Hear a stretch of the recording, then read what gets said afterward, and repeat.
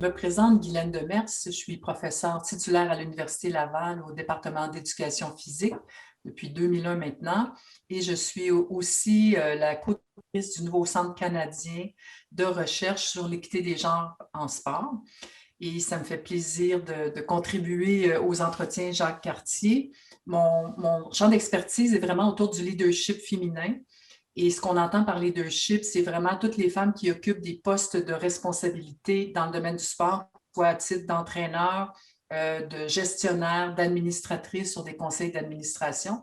Et c'est vraiment la couleur des entretiens qu'on va présenter prochainement et qu'on a présenté aussi antérieurement. Chers collègues, à vous la parole. Merci Guylaine. Eh bien, je suis Cécile Autogali, je suis maîtresse de conférences en histoire du sport et plus particulièrement le sport des femmes. Je travaille donc auprès du laboratoire Elvis sur les laboratoires sur les vulnérabilités et l'innovation dans le sport et je suis aussi co-responsable d'un parcours de master en études sur le genre qui s'appelle le master égal APS pour égalité dans et par les activités physiques et sportives et qui prépare donc des experts, des expertes autour des questions d'égalité dans le monde sportif. Et c'est précisément une étudiante, Marie Laudrin, qui, suite à une mobilité universitaire à l'Université Laval, a rencontré et a assisté à un des modules, un des enseignements que développe Guylaine à l'Université Laval. Et en rentrant en France, en faisant le master EgalAPS, elle m'a tout de suite parlé de Guylaine en me disant « c'est quelqu'un qu'il faut absolument que tu rencontres ». L'opportunité des entretiens Jacques Cartier est venue confirmer et nous accompagner sur cette rencontre que je suis ravie maintenant de mener avec Guylaine autour de la question donc, du leadership, qui n'est pas une thématique sur laquelle la France et les recherches en sciences et techniques et des activités physiques et sportives étaient très engagées, mais le leadership, en l'occurrence de Guylaine sur cette question depuis maintenant quelques années, voilà, nous fait faire un pas de géant sur ces questions-là. Alors, pour compléter en fait l'historique, alors depuis ce temps, Cécile et moi, on est inséparables. Et on a déjà plein de projets. Puis grâce aux entretiens Jacques Cartier, vraiment, et on n'est pas payé pour faire la promotion des entretiens, c'est vraiment sincère et senti. Alors, comment on a vu un peu notre engagement et comment on voulait faire progresser cette thématique-là en lien avec nous? On est rendu au Québec, au Canada et Cécile en France.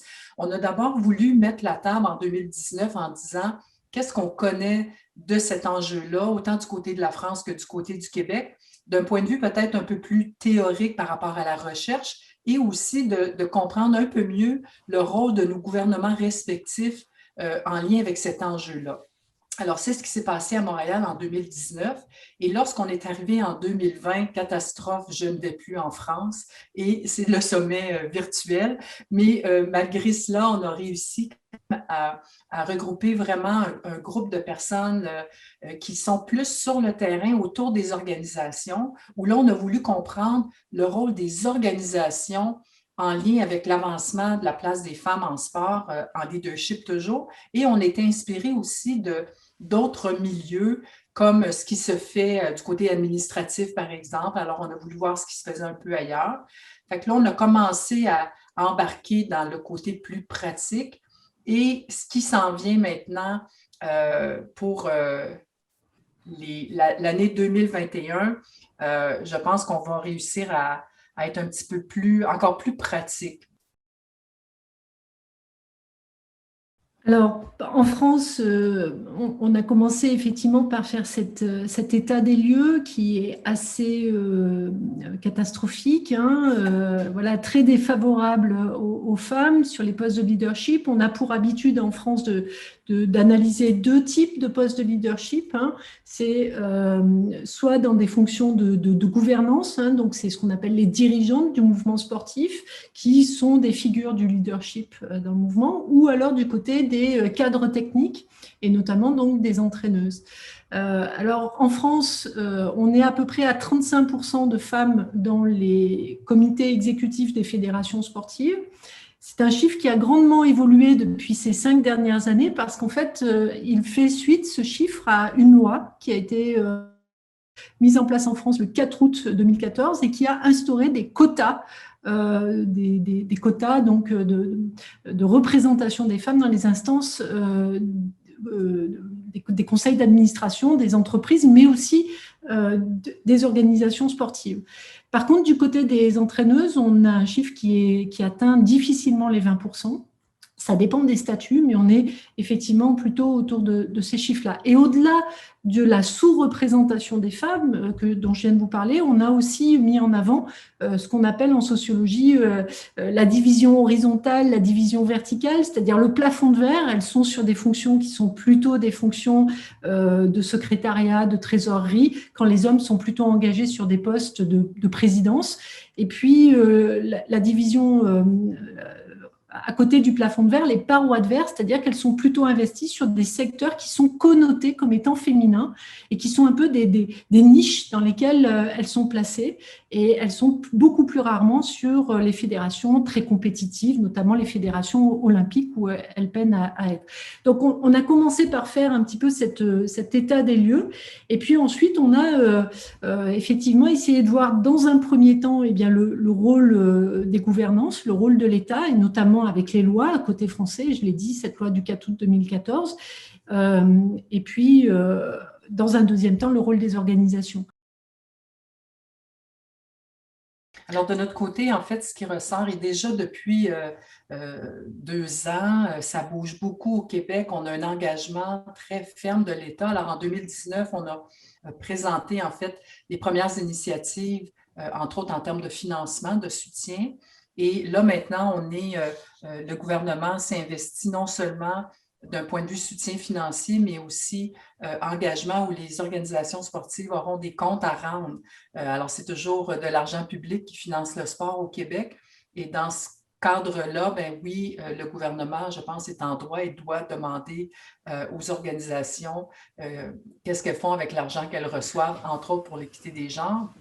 Alors, ça bouge bien, et ce qu'on va présenter dans nos prochaines activités, je vais pouvoir mettre en lumière de façon très, très explicite et détaillée les initiatives gouvernementales. Ça étant fait, ça nous a amené à se dire, bon, ben oui, la recherche, oui, les gouvernements, mais les organisations, entre autres Femmes et Sport, au Québec, c'est Égale Action qui est vraiment la figure de proue et qui mène le dossier. Lors du sommet virtuel, de mettre en valeur justement les organisations qui ont plusieurs initiatives. On a présenté une boîte à outils. On a eu des capsules vidéo aussi qu'on a rendues accessibles pour inspirer les gens et présenter justement ces différentes initiatives. Alors, le blog du sommet virtuel de 2020 nous a quand même permis, je pense, de toucher un plus grand nombre de personnes. Donc, c'est la beauté du virtuel, et de rendre accessibles différentes initiatives qui viennent de ces organisations-là qui essaient d'influencer les organisations sportives à travailler pour l'équité des genres. Alors, le deuxième bloc a été vraiment plus pratique, je dirais, que le premier. C'est ça, en questionnant le rôle des organisations, et puis avec peut-être 3 niveaux d'engagement qu'on avait pu repérer. L'engagement des organisations, eh bien, effectivement, pour suivre un certain nombre de cadres législatifs et réglementaires, ce qu'on appelle le niveau macro, et s'emparer effectivement de ces cadres-là pour penser l'égalité professionnelle dans leur structure, mais aussi des propositions à des niveaux plus propres à l'organisation, un niveau méso, pour penser les pratiques quotidiennes de cette organisation sur la façon d'organiser des réunions, de distribuer le temps de parole. Voilà, on a essayé de recenser comme ça différents leviers très concrets, très matériels pour favoriser l'engagement des femmes, et puis aussi des choses qui relèvent d'un niveau plus micro, plus personnel, la façon d'accompagner, de mettre en place du mentorat, du coaching auprès effectivement des femmes qui occupent certains postes et qui voudraient monter en grade. Alors, on avait regardé un petit peu les choses plus concrètement du côté en France avec le cadre de la Fédération française de basket et son plan mixité 2024 qui proposait un certain nombre d'actions. On avait regardé aussi les choses du côté micro avec l'accompagnement mené par Femix Sport, justement dans le coaching, le mentoring auprès de femmes dirigeantes. Et puis, les actions assez inédites d'une structure d'alpinisme, Lead the Climb, qui, dans un entre-soi féminin, amène les femmes à prendre la tête de la cordée et donc à développer des compétences en termes de leadership. Ces deux premières étapes-là nous amènent maintenant, pour moi, c'est où on veut aboutir, c'est de dire maintenant comment est-ce qu'on peut accompagner les organisations sportives pour qu'elles initient ces changements-là et qu'elles mettent en place différentes initiatives. Parce que ce qu'on s'est rendu compte, à la fois avec la recherche et même dans l'accompagnement des organisations féministes comme Égale Action au Québec, Femix en France, ces organisations-là qui ont souvent pas une tonne de ressources quand même, ça demeure des petites organisations et elles ont la charge de dire, bon ben là, comme au Québec, on a 63 fédérations sportives, mais comment je peux faire?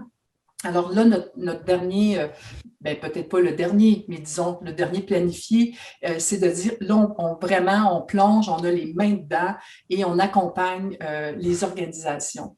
Et on a 2 activités de planifier. Alors ici, au Québec, j'organise notre prochaine conférence nationale Femmes et Sport et qui, évidemment, va être virtuelle. Alors, on a une journée spécifique qui est dédiée au Québec le 8 juin. Cette conférence s'appelle Conversation 2021. Alors, le site web, c'est conversation2021.ca. Vous pouvez encore vous inscrire à la journée. Et cette journée-là, elle est passée en mode solution. Alors, on a identifié nos problématiques, on les connaît. On sait qu'on manque de femmes au poste de leadership. C'est soit un problème de recrutement ou des fois, c'est un problème de rétention. On les recrute, mais on ne les garde pas parce que le milieu va être hostile, l'ambiance toxique, etc. Alors, la journée au complet est dédiée au travail entre collègues, à vraiment élaborer des solutions et de quitter la journée avec un plan d'action. Et toute cette démarche-là, elle est encadrée par des professionnels de solutions de problèmes. C'est vraiment une compagnie qui s'appelle En mode solution. J'ai travaillé avec eux auparavant. Et ça va donc être, même si elle est virtuelle, ça va être une journée extrêmement dynamique. Donc, 8 juin, c'est notre prochaine action très concrète dans l'accompagnement des organisations sportives pour trouver des solutions. Et le point culminant, parce qu'on va être en personne en octobre 2021, et je devrais être à Lyon avec toi, Cécile. C'est ça, tu vas nous venir de Québec, riche de l'expérience de Conversation 2021, qui est une expérience que tu as déjà menée sur des années précédentes et qui arrive avec plein de maturité. Et effectivement, le but, ce sera en France, à Lyon, sans doute le 12 octobre, nous réunir et réunir le plus de partenaires professionnels possibles du mouvement sportif, que ce soit des directions des sports dans les collectivités territoriales, que ce soit des dirigeants de fédérations sportives ou de clubs, de comités, de ligues ou de clubs sportifs.